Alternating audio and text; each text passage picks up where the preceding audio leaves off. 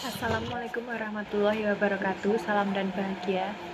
Saya Jumariah dari kelas Psikologi Kognitif B.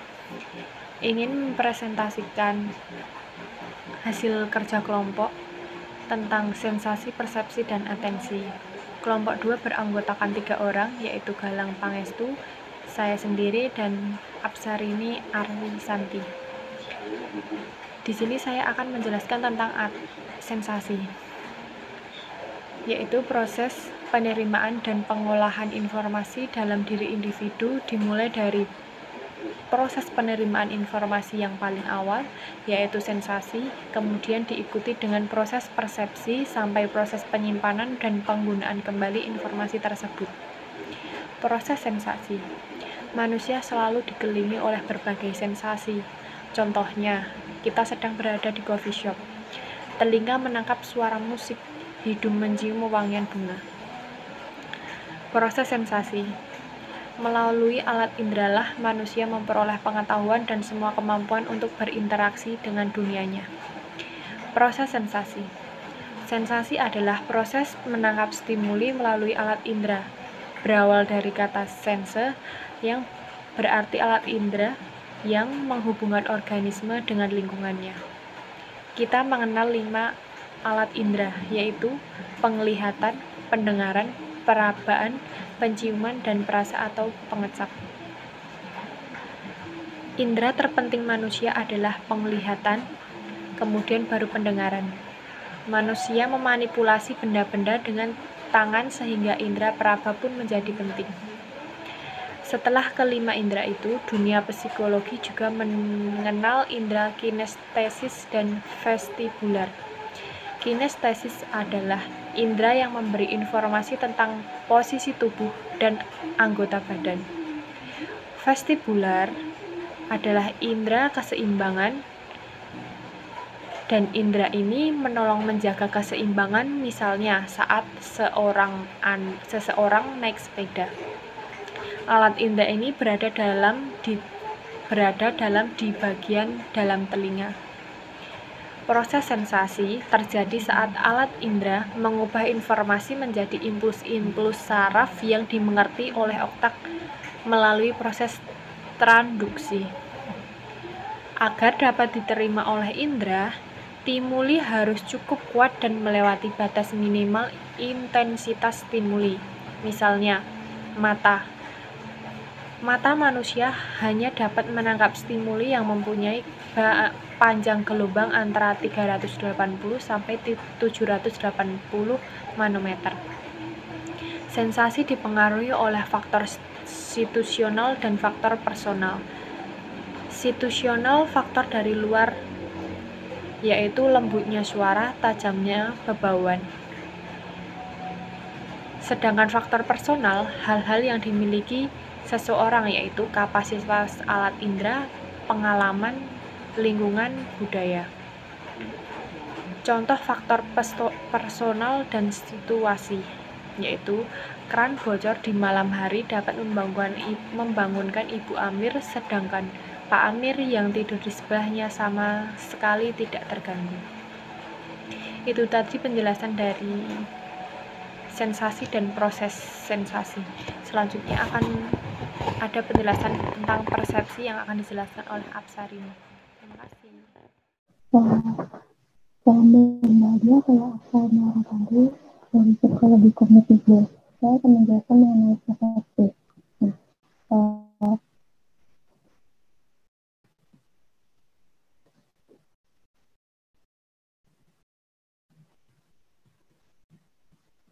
Persepsi itu apa sih? Nah, persepsi itu bisa dilihat dari 2 gambar ini. Yang gambar pertama itu gambar gedung yang punya tinggi yang sama. Itu kan saya lihat dari jauh. Nah, di gedung yang kedua itu, di gambar yang kedua itu ada gedung. Jadi ketika gedung yang sama itu ketika kita lihat dari dekat itu ternyata tingginya beda. Nah, itu termasuk persepsi. Nah, dari tadi kita ngomongin contoh sederhananya, nah sekarang secara teorinya persepsi itu apa sih? Nah, menurut KBBI itu Persepsi itu tanggapan atau penerimaan langsung dari sesuatu. Nah, sesuatu ini bisa berupa informasi. Nah, informasi itu diserap. Nah, terus ada lagi TBBI bilang kalau proses seseorang atau individu untuk mengetahui beberapa hal melalui tanpa indera. Nah, terus menurut Robinson Hollenbeck itu tahun 1995 bilang kalau uh, seorang manusia itu bisa punya persepsi itu berdasarkan 5 indranya. Indra pengecat, perasa atau sentuhan, terus pendengaran, sama penglihatan. Nah, di situ bilang kalau proses seseorang dapat memilih, mengelola, menyimpan, menginterpretasikan informasi dari 5 indera. Terus kalau Plato sama Titik Triwulan bilang kalau kalau persepsi itu sebuah proses identifikasi atau pengenalan pada suatu hal dengan menggunakan indera yang dimiliki. Kedua pendapat ini jika ada punya benar sama Hollenbeck dan Plato sama Titik Triwulan itu hampir sama berdasarkan dari tes indera. Nah, terus kalau menurut psikologi sendiri, persepsi itu adalah proses pencarian informasi untuk dipahami. Nah, pencarian informasinya ini bisa didapat dari indera dan ditambah dengan kognitif atau kesadarannya. Jadi ketika seseorang sadar dan menerima stimulus dari lima indranya, salah satu dari 5 indranya itu, maka persepsi itu bisa terjadi. Nah, singkatnya, persepsi adalah proses memberi makna pada sensasi yang didapat dan mengubah menjadi informasi atau pengetahuan baru. Nah, sensasi di sini maksudnya stimulus yang didapat dari 5 indera tadi. Terus gimana sih persepsi bisa terjadi? Nah, di sini ada 3 proses. Yang pertama itu proses kealaman atau fisik. Jadi itu proses fisik ini mencakup 5 indera yang tadi. Nah, terus yang kedua itu proses fisiologis, di mana proses ini setelah stimulus didapat dari indera, lalu secara sensorik itu menghantarkan stimulus itu ke otak. Nah, terus yang ketiga, psikologi, artinya ketika stimulusnya udah nyampe di otak itu kayak ngasih pengertian, oh ini bau apa, oh ini kasar atau lembut menurut permukaannya, oh lagu ini tuh artinya ini. Nah, itu kayak gitu kurang lebih kalau proses psikologi. Nah, dan persepsi itu bisa terjadi kalau proses psikologi bisa menginterpretasikan hasil dari stimulusnya. Nah, jadi persepsi itu tidak hanya berasal dari penglihatan, tapi juga berasal dari 4 indera lain yang tadi dijelaskan. Terus kenapa sih orang-orang itu ketika dikasih stimulus sama, tapi persepsinya berbeda-beda? Karena dipengaruhi oleh faktor-faktor ini. Yang pertama itu perhatian. Jadi stimulus itu kayak ada sesuatu yang menarik perhatian, misal kayak berat atau memori masa lalu atau kebutuhan kita saat ini, jadi kita kayak merhatiin terus gitu. Terus yang kedua itu faktor fungsional yang berhubungan dengan masa lalu.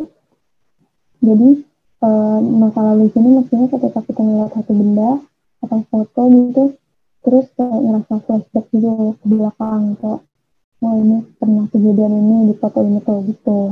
Terus kalau faktor struktural itu maksudnya berasal dari fisik, gitu.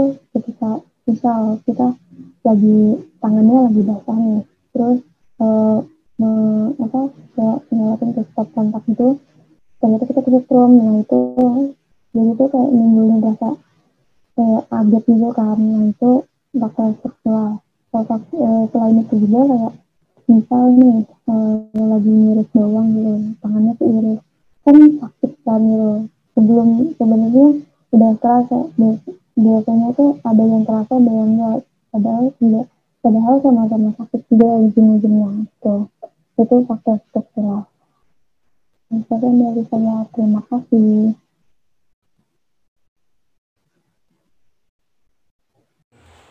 Perkenalkan, nama saya Galang Pangestu. Saya dari kelompok 2 Psikologi Kognitif.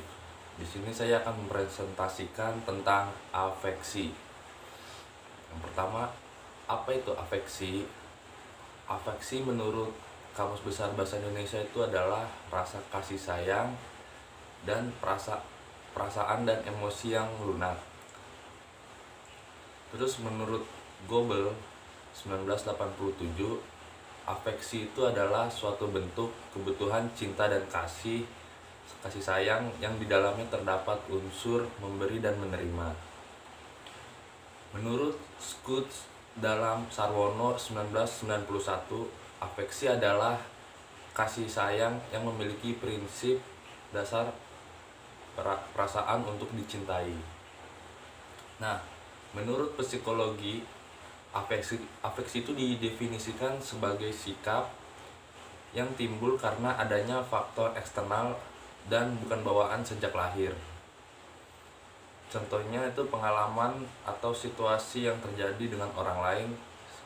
Jadi di sini kita tahu kalau afeksi itu adalah hubungan kasih sayang dengan orang lain, bukan bukan dari keluarga.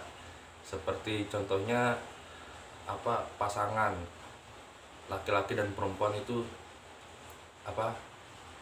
membuat afeksi dari orang lain, bukan dari keluarga. Yang kedua, 4 tipe respon afektif. Yang pertama itu emosi. Emosi itu seperti reaksi kita terhadap sesuatu, bisa orang lain atau barang.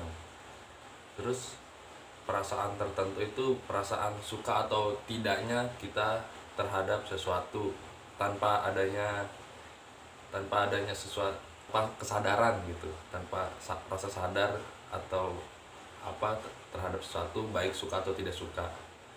Mood itu adalah kata hati, keadaan hati. Jadi di sini keadaan hati juga sangat berpengaruh kepada respon afektif. Contohnya juga saat kita sedang memakai produk tertentu, kita akan langsung membelinya gitu, menurut kata hati juga. Dan yang keempat adalah evaluasi, yaitu menilai sesuatu dari segi mungkin dari segi keuntungannya atau yang lain-lain.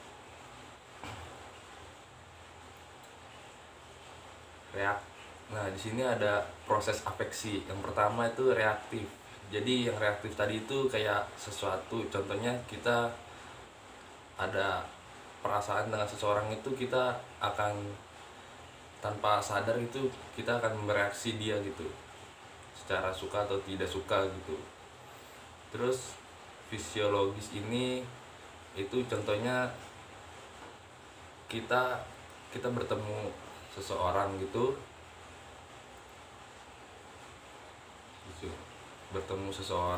fisiologis.